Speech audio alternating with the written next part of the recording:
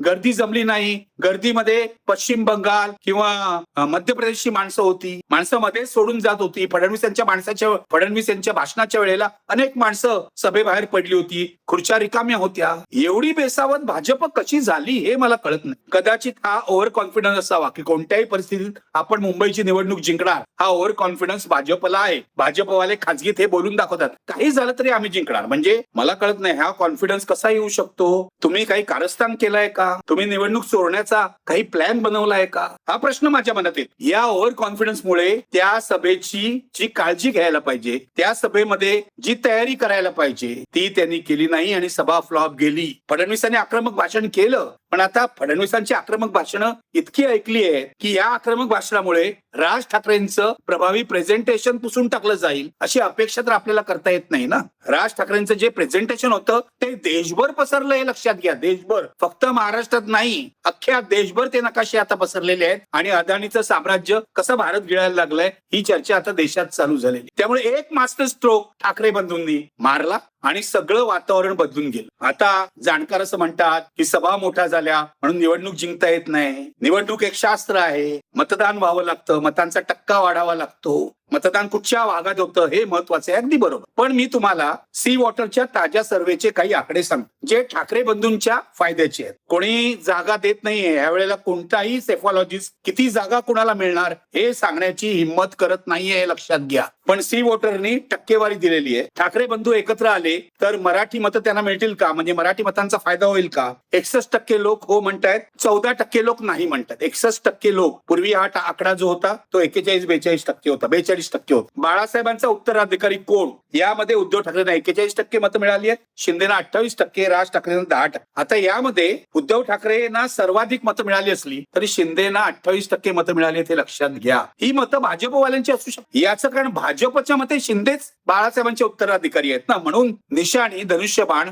आणि शिवसेना हे नाव त्यांना सत्ताधारी म्हणजे मोदी आणि शहांच्या आशीर्वादाने मिळालेले. पण उद्धव ठाकरे यांच्या पुढे 41% मतं मिळालेली आहेत त्यांना. 41% आकडा जोडला गेलेला आहे. शिंदेना 28%, राजना 10%. ठाकरे ब्रँड हा सगळ्यात मोठा ब्रँड आहे का? 72% लोक हो म्हणतायत, 11% नाही म्हणतायत. मराठी मतं राज आणि उद्धव यांच्या बाजूने झुकतील का? हिंदू जे मतदार आहेत ते काय म्हणतात बघा. 52% हिंदू म्हणतायत होय झुकतील. मुस्लिम म्हणतायत 35% होय झुकतील. त्यानंतर मागच्या वेळेला जो सर्व्हे झाला होता मुसलमानांचा, असं इंडियाने केला होता, त्यामध्ये मुसलमानांची 41% मतं काँग्रेसला मिळत होती, ठाकरेंना 28% आणि महायुतीला 11%. आता असं म्हटलं जात आहे की मुसलमानांमधलं वातावरण सुद्धा बदललेलं आहे. लक्षात घ्या. सरफराज आरजू हिंदुस्तान नावाच्या उर्दू वृत्तपत्राचे संपादक आहेत. ते असं म्हणतात की मुसलमानांमध्ये यावेळेला विभागणी होणार असली तरी सर्वाधिक मतं ही ठाकरे बंधूंना मिळू शकतील अशी शक्यता आहे. काँग्रेसकडची मतं ठाकरे बंधू खेचून घेतील अशी शक्यता व्यक्त करतात. याचं कारण मुसलमानांना भारतीय जनता पक्षाला हरवायचं आहे.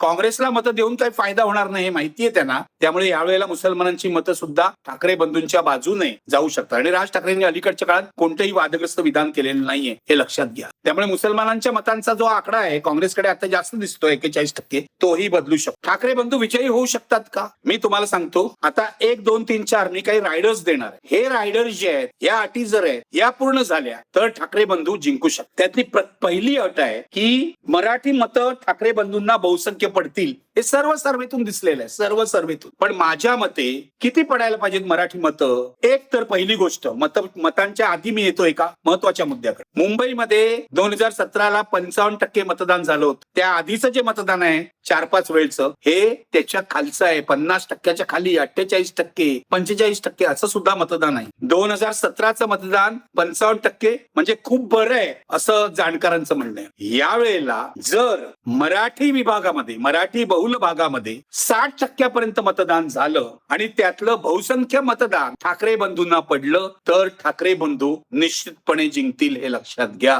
60% मतदान मराठी विभागामध्ये व्हायला हवं. त्यासाठी शिवसेना आणि मनसेच्या कार्यकर्त्यांनी मराठी लोकांना बाहेर काढायला हवं. जर उत्तर भारतीयांच्या भागामध्ये जास्त मतदान झालं तर ठाकरे बंधूंना जिंकता येणार नाही. मराठी माणूस किती बाहेर पडतो, मराठी माणूस ठाकरे बंधूंना जास्तीत जास्त कसं मतदान करतो, ही निवडणूक 2017 पेक्षा अधिक महत्वाची आहे, कारण 2017ला शिवसेना फुटली नव्हती हे लक्षात घ्या. तेव्हा शिवसेनेची मतं कोण फोडत होतं 2017ला? फक्त मनसे काही शिवसेनेच्या मतांमध्ये हात मारत होतं. आता तो प्रश्न उरलेला नाही. उदाहरणार्थ आमच्या माहीमच्या भागामध्ये इथे शिवसेनेचा उमेदवार फक्त 400 मतांनी हरला होता, कारण मनसेला 7,000 मतं पडली होती या भागामध्ये, म्हणून भाजपचा उमेदवार जिंकला होता. यावेळेला ती भीती नाही, कारण शिवसेना उद्धव ठाकरेंची आणि मनसे एकत्र आहे, त्यामुळे ते दोघं एकमेकाची मतं फोडू शकत नाही. पण मराठी माणूस 60% बाहेर पडला आणि त्यातली बहुसंख्य मतं ठाकरेंना पडली किंवा मनसेला पडली, तरच ठाकरे बंधू जिंकू शकतात. माझा दुसरा रायडर हा आहे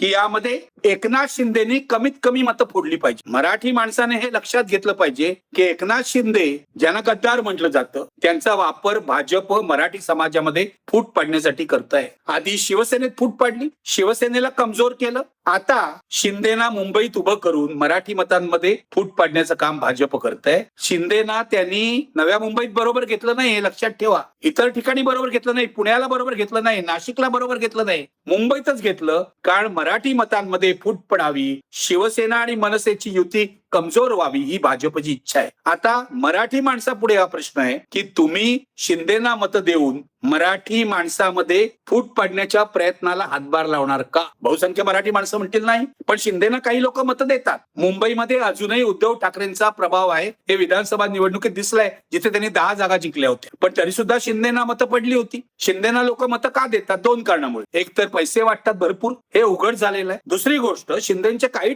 स्थानिक कार्यकर्ते जे आहे, जे पूर्वीपासून नगरसेवक होते किंवा काही आमदार होते, माजी आमदार आहेत, यांनी त्या विभागात काम केलेलं आहे, काही वस्त्यांमध्ये त्यांचा प्रभाव आहे, त्यामुळे शिंदेना मतं पडतात. पण मराठी माणूस या वेळेला असा निर्णय घेईल का की ही ऐतिहासिक निवडणूक आहे, आम्ही शिंदेना मतं देणार नाही? शिंदेना कोणती मतं पडू शकतात? शिंदेना भाजपची मतं पडू शकतात, अर्थातच पडतात. पण मराठी माणसाने जर हा निर्णय घेतला की आम्ही शिंदेना मतं देणार नाही, आमची बहुसंख्य मतं ही उद्धव आणि राज ठाकरेंना जायला हवीत, तर ठाकरे बंधूंचं पारडं 100% जड होऊ शकतं. नंबर 3 रायडर, मुस्लिम मतामधली जी फूट आहे ती कमीत कमी कशी होते यावर अनेक गोष्टी अवलंबून आहेत. आपल्याला माहिती आहे, लोकसभा आणि विधानसभा निवडणुकीला मुस्लिम मतदारांनी मुंबईतल्या उद्धव ठाकरेंच्या पारड्यामध्ये मतं टाकली होती. यावेळेला असं दिसतंय की काँग्रेसने वेगळं लढून मोठी चूक केलेली आहे. काँग्रेसचे स्वतःचे जास्त उमेदवार निवडून येणार नाही. गेल्या वेळेला 31 होते, 2017ला 31 नगरसेवक निवडून आले होते. यावेळेला ही संख्या कमी होईल, 20 ते 25च्या दरम्यान राहील असा माझा अंदाज आहे. जर सरफराज आरजू म्हणतात किंवा काही मुस्लिम विश्लेषक म्हणतात त्याप्रमाणे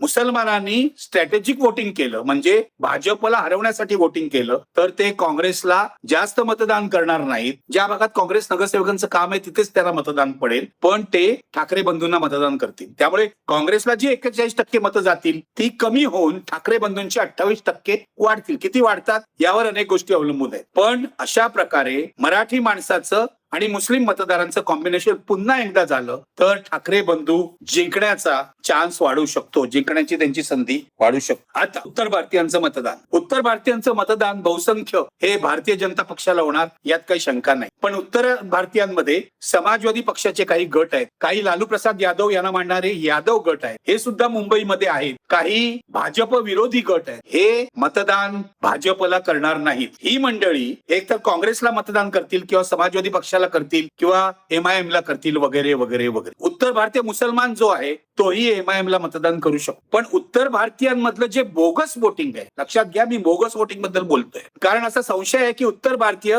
मोठ्या प्रमाणावर बोगस वोटिंग करतात. बिहारमधून आलेले, उत्तर प्रदेशातून आलेले डुप्लिकेट वोटर्स आहेत, हे इथे मतदान करतात असा संशय आहे. हा संशय 2017च्या निवडणुकीत होता. हे मतदान कसं रोखता येईल हे ठाकरे बंधूंनी पाहिलं पाहिजे.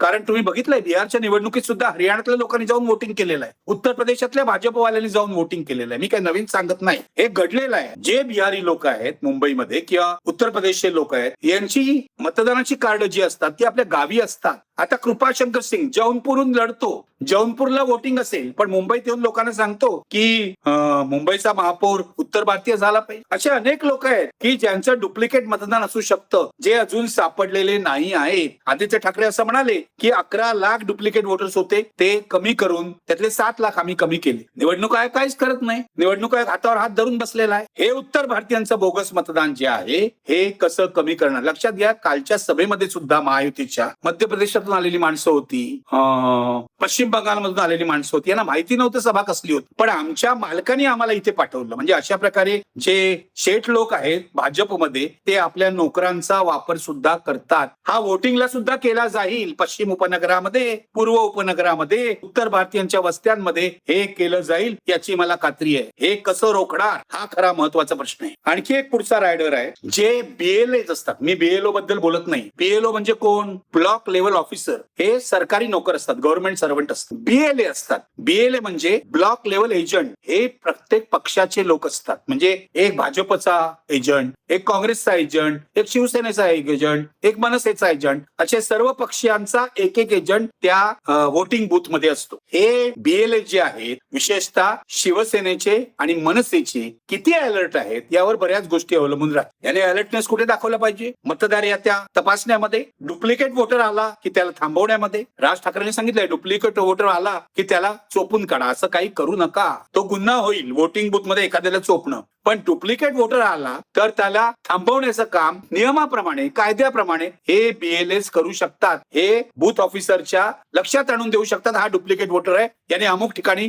वोटिंग केलं असेल असं वाटतं. तर हे जे बीएलएस आहेत विविध पक्षांचे, काँग्रेसचे असतील किंवा ठाकरे बंधूंचे असतील, हे किती सतर्क आहेत यावर बऱ्याच गोष्टी अवलंबून राहतील. आणखीन एक रायडर आहे. फडणवीस सतत आपल्या स्वतःला विकास पुरुष म्हणून घेत. विकासाचा जुमला सांगतात, मी मुंबईत हे केलं, 3 विमानतळ बांधीन, असं परवा त्यांनी सांगितलं. मुंबईची गरज काय आहे हे न पाहता हा विकास होतोय. आणि एक वर्ग आहे, त्यामध्ये तरुणांचा वर्ग आहे, जेन झी ज्याला म्हणतात. हो, मुंबई सुद्धा विकास व्हायला पाहिजे. पूर्वी मुंबईचं शांघाय होतं, आता मुंबईचं लंडन करायला निघाल. अरे पण या विकासाची मुंबईला गरज आहे का? फ्लायओव्हर बांधण्यापेक्षा, विमानतळ बांधण्यापेक्षा मुंबईचं प्रदूषण कसं कमी करता येईल याचा विचार करा. मुंबईला अधिक इस्पितळांची गरज आहे, त्यावर कॉन्सन्ट्रेट करा. बघा, भाजपवाले त्यावर लक्ष देत नाहीये. बांधायचं काय त्यांना? मोठमोठे रस्ते, विमानतळ, अटल सेतू सारखे मोठमोठे पूल बांधायचे. याचा कारण पैसा तिथे आहे ना. तर हा जो भाजपचा डाव आहे, विकासाचं नाव घेत घेत स्वतःची तिजोरी भरायचा, हा मुंबईतल्या लोकांना कळतो का? हा महत्वाचा मुद्दा आहे. का मुंबईतला एक वर्ग, विशेषतः जेन झी, फडणवीसांच्या विकास विकास विकास, मुंबईचा विकास या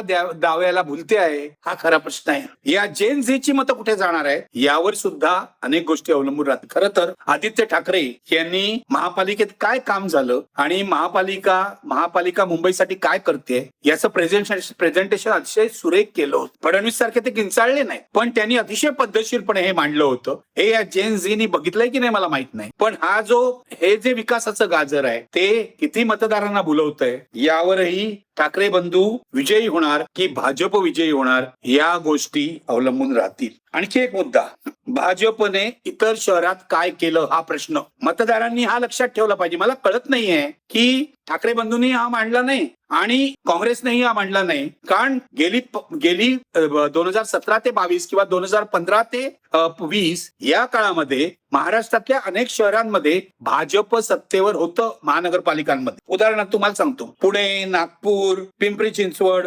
अकोला, नाशिक, अनेक ठिकाणी भाजप सत्तेवर होतं. या शहरांचा खरोखर विकास झाला का? फडणवीस जो दावा करतात आम्ही मुंबईचा विकास करू किंवा केलाय, मग तुम्ही या शहरांचा विकास का नाही केला? पिंपरी चिंचवडमध्ये 40,000 कोटीचा घोटाळा झाल्याचा आरोप अजित पवार करतायत. तिथे का घोटाळा झाला? तिथे का पैसे खाल्ले? पुण्याचे लोक तुम्हाला शिव्या का देत आहेत? नागपूरचे लोक तुमच्यावर खुश का नाहीये? अकोलाचे लोक तुमच्यावर खुश का नाहीये? मुंबईकरांनी भाजपला हे प्रश्न विचारले पाहिजेत किंवा मतदान करताना हे मुद्दे डोक्यात ठेवायला पाहिजे की जर एवढ्या शहरामध्ये भाजपची सत्ता होती गेली अनेक वर्ष, म्हणजे गेली 3 वर्ष तर निवडणुकाच झाल्या नाही. काही शहरामध्ये 15ला निवडणुका झाल्या, म्हणजे 10 वर्षांनी निवडणुका होत आहेत. काही शहरामध्ये 3-4 वर्षांनी होत आहेत. 10 वर्षांनी नाही, 15, 5, 20 म्हणजे 5 वर्षांनी होत आहेत निवडणुका. मुद्दा असा आहे की भाजपने सत्ता गाजवली आहे अनेक महानगरपालिकामध्ये, त्या शहरांचा विकास का नाही झाला? त्या शहरांची दुर्दशा काय आहे? हा मुद्दा मुंबईकरांनी लक्षात ठेवला पाहिजे. तो जास्त प्रचारात आलेला नाहीये हे लक्षात मतदान करतात. हे सगळे मुद्दे जर मुंबईकर लक्षात ठेवतील आणि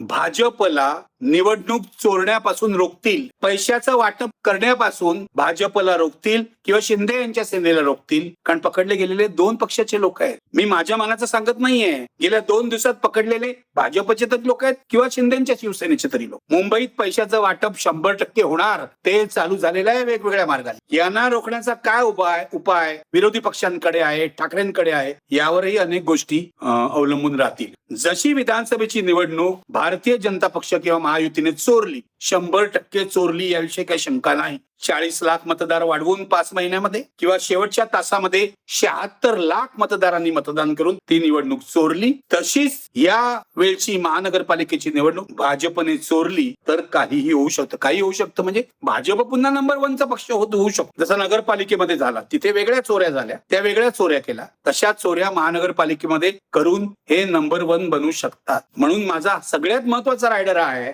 की निवडणूक आयोगाच्या संगनमताने भाजपने निवडणूक चोरली नाही तर मुंबईकरांचा कौल ठाकरे बंधूंना मिळू शकतो. मित्रहो, मराठी माणसासाठी ही निवडणूक महत्वाची आहे, 100% महत्वाची आहे. मराठी माणसाचा सन्मान इथे कसोटीला लागलेला आहे, हे लक्षात घ्या. गेल्या 11 वर्षात मराठी माणसाचा अपमान करण्याची एकही संधी मोदी, शहा, फडणवीस आणि भाजपने सोडलेली नाहीये. मराठी माणसांचे 2 पक्ष यांनी फोडले, एक शिवसेना आणि एक राष्ट्रवादी काँग्रेस, आणि स्वतःचा राजकीय फायदा बघितला. अनेक प्रोजेक्ट, 12 पेक्षा जास्त प्रोजेक्ट गुजरातमध्ये घेऊन गेले महाराष्ट्रात. या सगळ्या गोष्टी मतदान करताना आपल्याला लक्षात ठेवाव्या लागतील. आजचा भाजप हा देशातला सगळ्यात बेकार पक्ष आहे. भ्रष्टाचार, घराणेशाही, पक्ष बदलूपणा, जे म्हणून राजकीय रोग आहेत, त्या सगळ्याची लागण आता या पक्षाला झालेली आहे, हे लक्षात घ्या. मला असं वाटतं, एक लक्षात ठेवलं पाहिजे की भाजपला आपण जर मत दिलं तर मुंबईचं काय होईल, मराठी माणसाचं काय होईल आणि महाराष्ट्राचं काय होईल. मी फक्त सावधगिरीची सूचना देऊ शकतो. मी तुम्हाला स्पष्ट सांगतो, मी काय भाजपचा मतदार नाही. पत्रकार म्हणूनही मला स्पष्ट दिसतंय की गेल्या 11 वर्षात या राज्याचं नव्हे, देशाचं किती वाटोळं या लोकांनी केलेलं आहे आणि तुम्हाला मूर्ख बनवलेलं आहे. आता तर निवडणुका चोरतायत. मला भीती तीच वाटते, ही निवडणूक सुद्धा चोरली जाईल की नाही.